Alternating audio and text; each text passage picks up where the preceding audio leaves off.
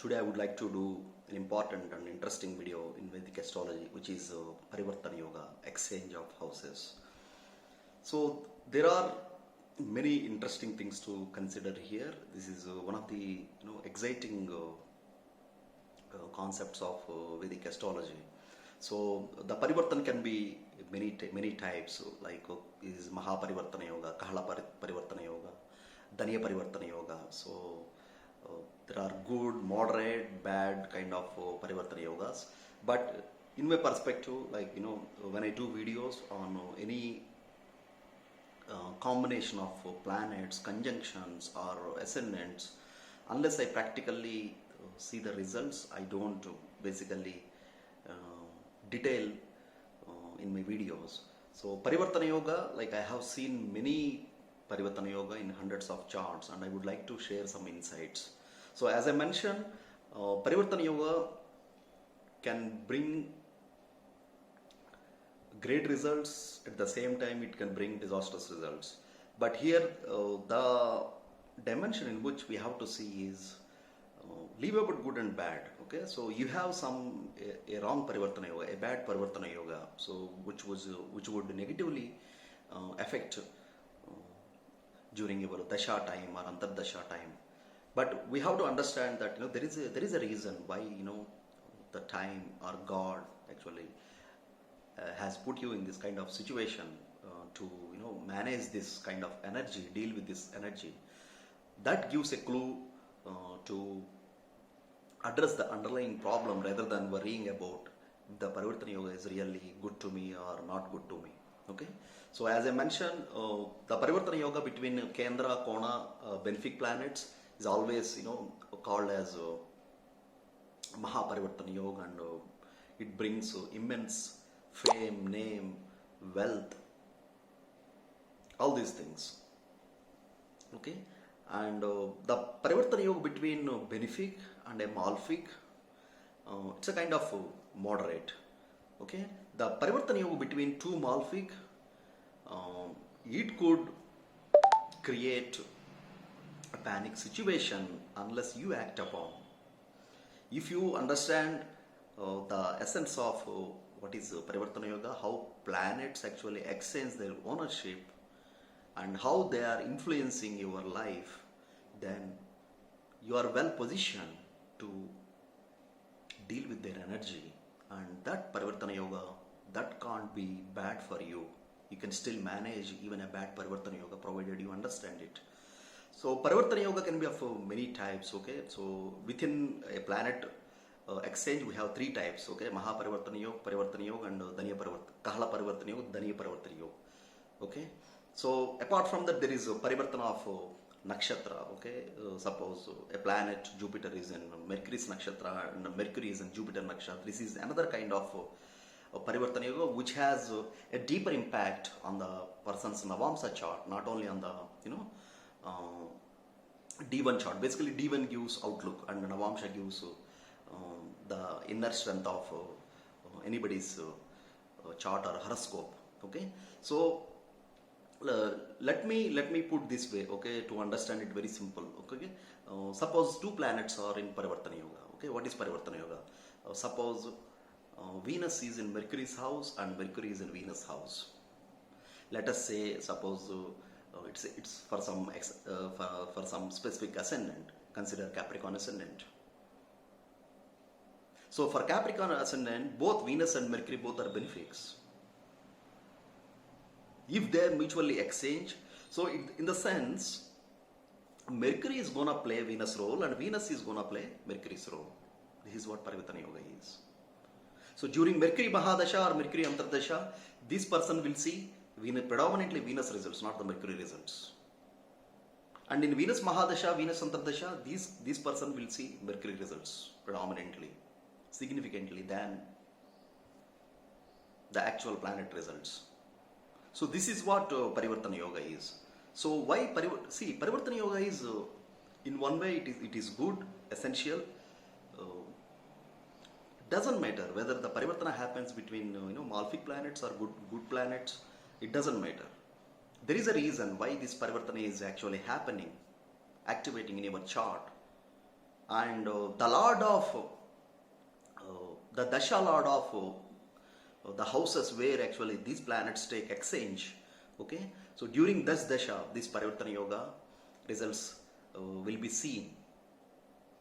So as I mentioned, like the example like Mercury Venus in exchange, actually it is supposed to be very good Parivartana Yoga, because Mercury brings 9th house energy, 6th house energy, and Venus brings 5th house energy, 10th house energy for Capricorn ascendants. So it produces one of the Raja Yogas, like Kendra Konadipati Yoga. So the Konadipati, Kendradipati both are actually in mutual exchange, so which is auspicious.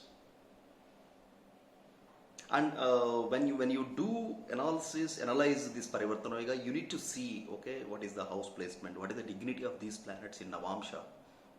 Yes, at Rashi level, in the outer level, yes, they are agreeing to a certain deal, and they are working together, okay. And what is the Navamsa position of these planets, and what is the dignity of strength of these planets in what I say Shadbala? That is also essential. So unless the planet has very good dignity in Shadbala, there is no point analyzing all these things. So in a very simple terms, let me try to make you understand the Parivartana Yoga this way. So suppose you and your friend, okay, so you both are very good friends, and your friend actually is staying in your home. So he came to your place, okay, maybe to attend an interview or to attend a function, and you were not there when he actually came to your place, and you asked him to stay in your home, okay.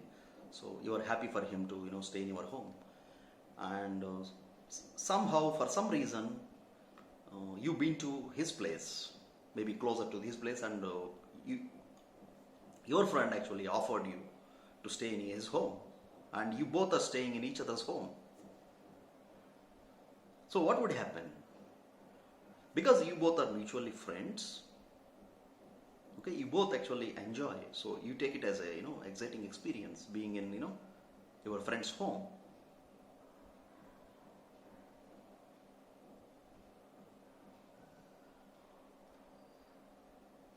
And coming to the detail, so if I am at my friend's home, I take care of his home with more care and caution than my home, because I love him, I love the relationship, I like him. So suppose a Parivartana Yoga happens between a friend and a neutral planet. So basically, this Parivartana Yoga actually energizes this neutral planet and makes a neutral planet a friend of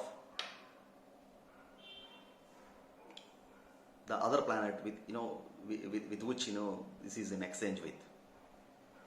Suppose there are two enemies and the Parivartana is happening between two enemies. So many people say this would bring disastrous results, but I don't think so. You are destined to see certain results, destined to do some duties, carry some kind of energy, with the planets owning this kind of energy, and hence this Parivartana happened for you in your chart. Suppose, let us say for a Capricorn ascendant, Saturn and Sun both are in mutual exchange. So this is basically an exchange between a top benefic, which is ascendant, and a top malefic, which is the 8th house lord. What would happen if ascendant lord is in exchange with 8th house lord? So people say that it would spoil the strength of the auspiciousness of ascendant and ascendant lord, 8th house lord being in ascendant. But the point I would like to mention here is the ascendant lord actually he's there in 8th house in enemy's camp. So two enemies in each other's house. Now the situation is like this. So both of them actually they feel some kind of threat. So it's not a comfortable energy, but still, if you understand, you can deal with it and manage it and sail through. The disaster results only seen if these planets are afflicted with other malefic planets, or Rahu or Mars provoking them. Then only the disaster happens. Because ideally what happens is, I am in my enemy's camp and my enemy is in my camp. So I am afraid if I don't take care of his home properly, he would spoil my home. So I would be extra careful.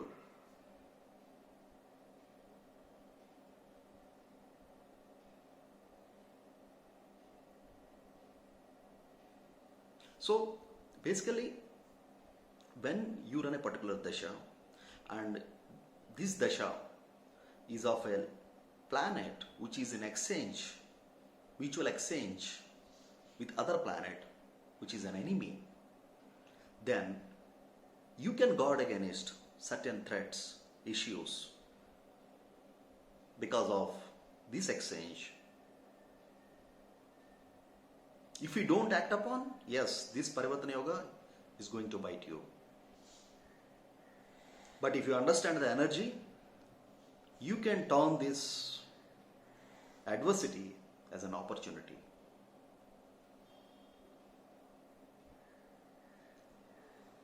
So you have to understand what are the planets in exchange, what is their relationships, what is their lordships. So as I mentioned, for consider the case of Capricorn ascendant. So Sun is bitter enemy of Saturn. Why Sun is bitter enemy of Saturn? Actually, Saturn is actually the son of planet Sun. He can't damage, he can't spoil his son. Nor Saturn could spoil his father. The animosity is because of the perspective, the thinking perspective. Saturn is very practical, hardworking. Sun is a royal and a planet of high esteem energy. But Saturn is known for isolation, suppression, hardworking, and ground reality.